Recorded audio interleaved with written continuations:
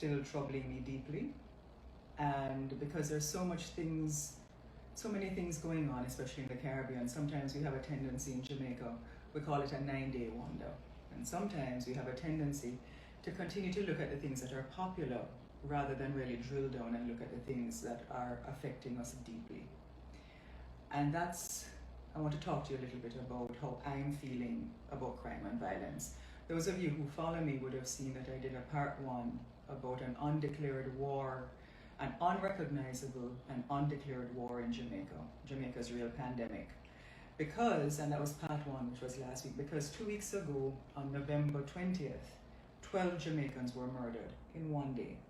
That's 12 nameless, faceless people who have gone on to just be a statistic, all under 41 years old. And that's troubling for many reasons, because their families are affected, their loved ones are affected, their friends are affected, and somehow we just keep continuing to move on. One of the unfortunate things that's happening is that between January of this year, January 1, 2021, to November 30th, 2021, 5,429 Jamaicans have been affected by crime and violence. That's 17 persons per day. So on any given day, 4 Jamaicans or 4 persons will be murdered in Jamaica. 3 will be shot, 1 will be raped, 3 will experience a break-in. And you can go back and swipe to see some of the other statistics that are there. Now, what is happening is that Jamaica has the 2nd highest murder rate in the world. The 2nd highest murder rate in the world. And we have the 2nd highest rate of femicide in the world. That's a killing of women. Now, the WHO actually says if you have an epidemic, that's 10 people who die per 100,000. Jamaica actually has 13 women who are murdered per 100,000. And that is actually some serious things. And I really want you to let that sink in. Dr. Herbert Gale at the University of the West Indies presented in 2019 at a crime summit that the opposition actually had. And it was a multi-sectoral crime summit with the private sector organization, other government officials, etc. And one of the things that he said that jolted me is that 53% of all persons who commit murder in this country say that they were tortured by their mothers. In other words, how their mothers loved them, how they treated them, how they felt abused. And within that statistic, 75% of those persons who had killed twice were tortured by their mothers. And those who had killed even multiple times, and women, say that they had a real angst against their mothers. I remember when I was Minister of Youth and Culture, and I led a team. I wasn't responsible for children in remand centers, but I led a team with psychiatrists, and I went to go and look for the girls at Fort Augusta who were being held. We subsequently took them and separated them from adults, but there was one little girl that still stays with me. She was 13 years old, and she was incarcerated for uncontrollable behavior. Yes, parents actually take their children to the police stations and says that they can't control them. This little girl was sucking her finger, resting her head on my shoulder, falling asleep while I was talking to the other young women, and all of a sudden she jumped up. Miss, you know I'm going to kill my mother though. And I said, but why would you want to kill your mother? And she was very graphic about how she was going to do it, because she felt her mother did not love her. All the mother did was tell her how awful she was, beat her every day, she didn't feel she was loved. And she felt also that it was her mother who took her and locked her up. But it goes on, because what you find is that when you look even closer at the data, and that data exists for everybody to see it, 18% of our population right now in Jamaica between the ages of 15 to 34 years old are male. 75% of all murder that was committed in 2020 was committed by this age group. So if we're really focusing on crime and looking at what is happening, you will find that we really have to focus on addressing this segment of our population. Something has gone wrong with our men, because 80% even of these kinds of murders are gang related. So today, I felt I needed to even dig even deeper, because one of the benchmarks that declares, or when a country is going through civil war, is how many murders you commit by 100,000. So for a civil war, the international benchmark is 30 murders per, or 30 deaths per 100,000 if you are going out there to slaughter people. Right now, Jamaica is at 46.2. 46.2. Let that sink in a little bit. And now crime actually costs Jamaica 5% of GDP, or gross domestic product. And what is that? What is that figure? That's $100 billion. $100 billion works out in our population to $39,000 per person. Now imagine what you could do with an extra $100 billion in Jamaica. What kind of schools you could build, your healthcare systems. But the reason why we're not having that money is because we're missing investments. Nobody wants to invest. I actually saw a comment under the article today that somebody wants to invest in Jamaica, but because of crime, they're not going to do it. And people are retiring in other countries. So because of the levels of violence, the high levels of violence that we have, people are not investing in Jamaica. And we're missing out deeply.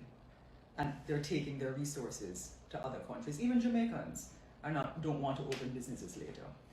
Now here is a fundamental problem, and people allude to it. But when you look at former PSOJ, Private Sector Organization of Jamaica President Howard Mitchell, actually says, look, the private sector is prepared to fund any kind of crime fighting mechanism in this country. But the problem is they want to see the kind of bipartisan, non-partisan approach between government and opposition, and a multi-sectoral approach that also includes social interventions. And that whatever is put in place in the medium to long term, because crime is not going to be fixed overnight, is that any government or administration that comes into power, it cannot be changed. And that crime fighting should not be a political scoring mechanism to score political points on any political platforms or for any political party. Mark Golding, the opposition leader, has said, look, let's start back the Vale Royal talks. Let's get together. The opposition does not agree with temporary states of emergencies because it robs people of their basic human rights, but also it doesn't help to solve crime, right? Because it takes away the police investigative mechanisms. So you need other medium-term to long-term strategies. In addition to that, you need social intervention programs like the Peace Management Initiative to be stronger and unite for change. Problem is, our Minister of National Security, and Dr. Horace Chang has said, look, in his years, he has seen over administration to administration, and he uses St. James as an example, that with all the social intervention programs that are there, crime and murder has not really gone down. And he uses St. James as a parish. So he doesn't think that they have actually worked, because in 1997, murders in St. James, or crime, was 12 per 100,000.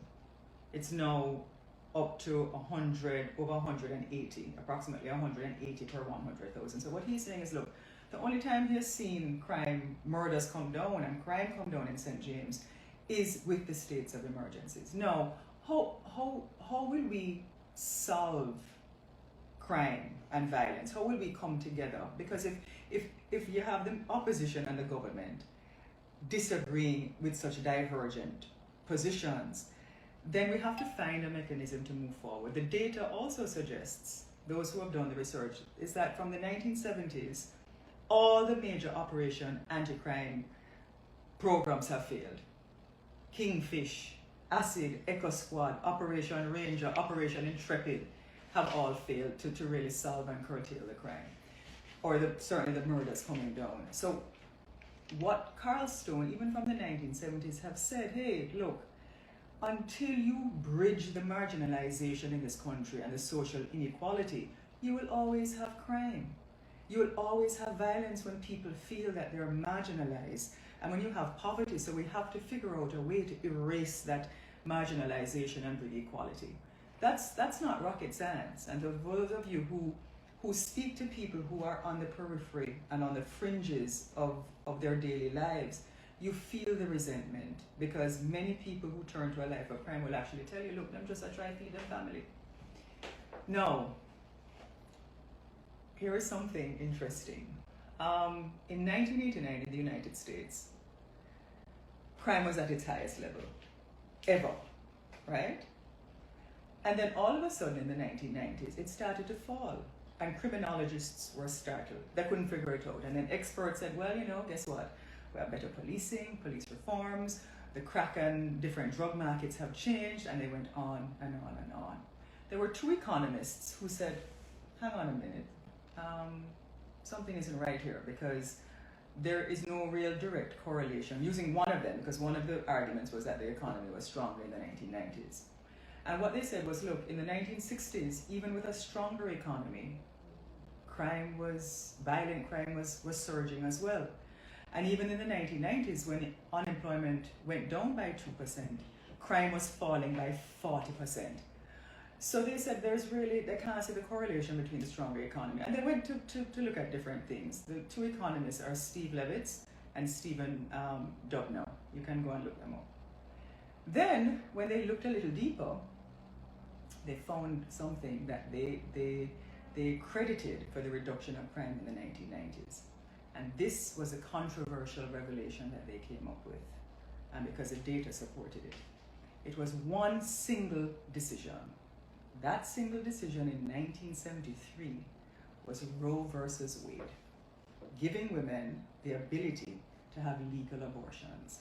Now, I know some of you will probably come off of this live and say, look, Lisa, we're not listening to it. I can't believe we went in this direction. But the data doesn't lie, because right after that was passed, 750,000 women who felt that they could not care for a child had a legal abortion, because what the economists saw was that it was only middle class and upper class women who could afford it, and that women who were in abject poverty, generational poverty, their children would turn to a life of crime. So by that time, by 1980, they had 750,000 women who could legally afford to say, look, I can't do this. And by when Roe versus Wade came out, and by 1980, it was 1.6 million people. That was 1 in every 4 women who were now choosing not to go forward and have a child that they could not take care of. Now, it's the data. It is controversial. But imagine in a country at that time of 225 million people at that time, where 1.6 million women said, look, we cannot go forward with this situation. And 1.6 million people, women, were no longer birthing children they could not afford. No. Crime will not be solved overnight in Jamaica. It won't. But we have enough crime-fighting plans that exist. Enough summits have been done. Enough papers have been written. They all exist. They're there. What you need is to make sure that people's human rights are protected. What you also need is to make sure that we have the social intervention programs, which exist, and they need to be funded with adequate budgets. But I strongly believe, apart from the multi-sectoral, non-partisan thing, you have to include women in your long-term crime-fighting plan.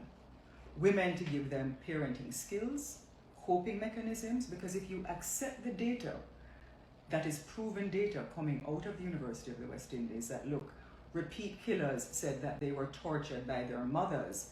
We also have to look at our mothers as a part of this crime-fighting mechanism and talk to them. Ask them what their struggles are. Ask them what their maternal health choices are. Ask them when they go to the public sector, like in my constituency with a woman with 7 children, and every time she goes and she wants to have her tubes tied, the nurse says, where's your husband? Or you're too young to have your tubes tied. These are some things that we fundamentally have to start thinking of outside the box if we really want to talk and to solve it. Because women have to also be included.